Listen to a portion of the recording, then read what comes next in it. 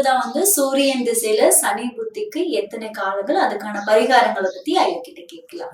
சொல்லுங்க ஐயா, சூரியன் திசையில சனி எத்தனை காலங்கள் இருக்கும்? அந்த சனி புத்தி. சனி புத்தி ரொம்ப சந்தோஷமா. ஏன்னா சூரியனுடைய மகன் தான் சனி.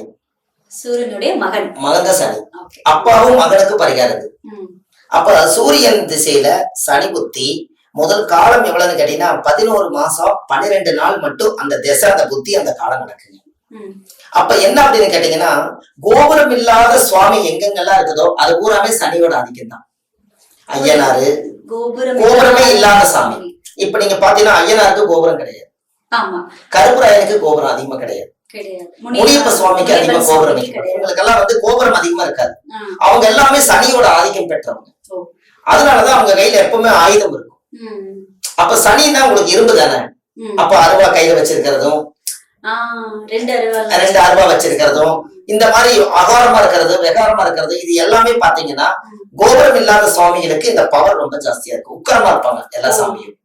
அப்போ அந்த உக்கிரமா இருக்கும் போது சூரியன் திசையில சனி புத்தி யாருக்கு நடந்தாலும் அந்த காலகட்டங்கள்ல முனீஸ்வரன் கோயில்ல போய் இவங்க பொங்கல் வச்சு பூமாலை கல்கண்டு வாங்கி வச்சு பூஜை பண்ணி அர்ச்சனை பண்ணிட்டு வரலாம். முனீஸ்வரன் கோயில்ல, கருப்புராயன் கோயில்ல போய் நீங்க அர்ச்சனை பண்ணி சாமி கும்பிடலாம்.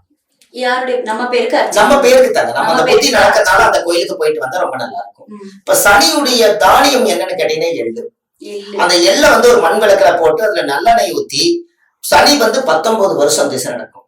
அப்ப 19 விளக்கு எள்ளு விளக்கு ஏத்தி அந்த முனீஸ்வரனுக்கும் கருப்புராயனுக்கு வச்சு பூஜை பண்ணலாம்.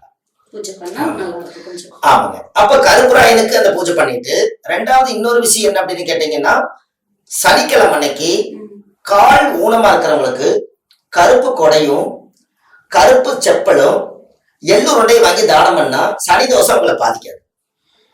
கருப்பு கொடை, அதுக்கு அடுத்தது எள்ளுருண்டை, அவங்க காலுக்கு போடுற மிதியடி கருப்பு செப்பல், இந்த 3மே சனியோட ஆதிக்கம் தான். இந்த 3மே அவங்க கால் ஊனமா இருக்கிறவங்களுக்கு சனியோட ஆதிக்கம் இருக்கிறவங்க தான் அந்த கால் ஊனமாகும். அந்த அவங்களுக்கு கொண்டு போய் இவங்க தானம் கொடுக்கணும். அந்த சனிக்கிழமை கொண்டு போய் தானம் கொடுத்துக்குவாங்க. இந்த மாதிரி பண்ணாங்கன்னா அந்த சனி புத்தியில இவங்களுக்கு எல்லாமே நல்லா இருக்கும். இவங்க செய்யறதும் புண்ணியகாரியம் தான் பண்றாங்க. புண்ணியம் செய்வதற்கே புண்ணியம் செய்திருக்க வேண்டும். ஆமா, அது ரொம்ப ரொம்ப சொல்ல போனோம் அப்படின்னா இது கிடைக்கிறதே ரொம்ப இந்த புண்ணியம் பண்ண நீ வாழ்க்கையில் நல்லா இருப்ப அப்படின்னு சொல்லுவாங்க. பெரியவங்க எல்லாருமே சொல்லி நம்மள இருப்பாங்க. ஆமா, அதனால இதை நீங்க கரெக்டா நீங்க பண்ணினீங்கனாலே உங்க வாழ்க்கை ரொம்ப சுபிட்சமா இருக்கும். இந்த எளிய பரிகாரம் சூரியன் திசையில சனி புத்தி நடக்கிறவங்க இந்த பரிகாரத்தை செஞ்சு பலன் பெறலாம்.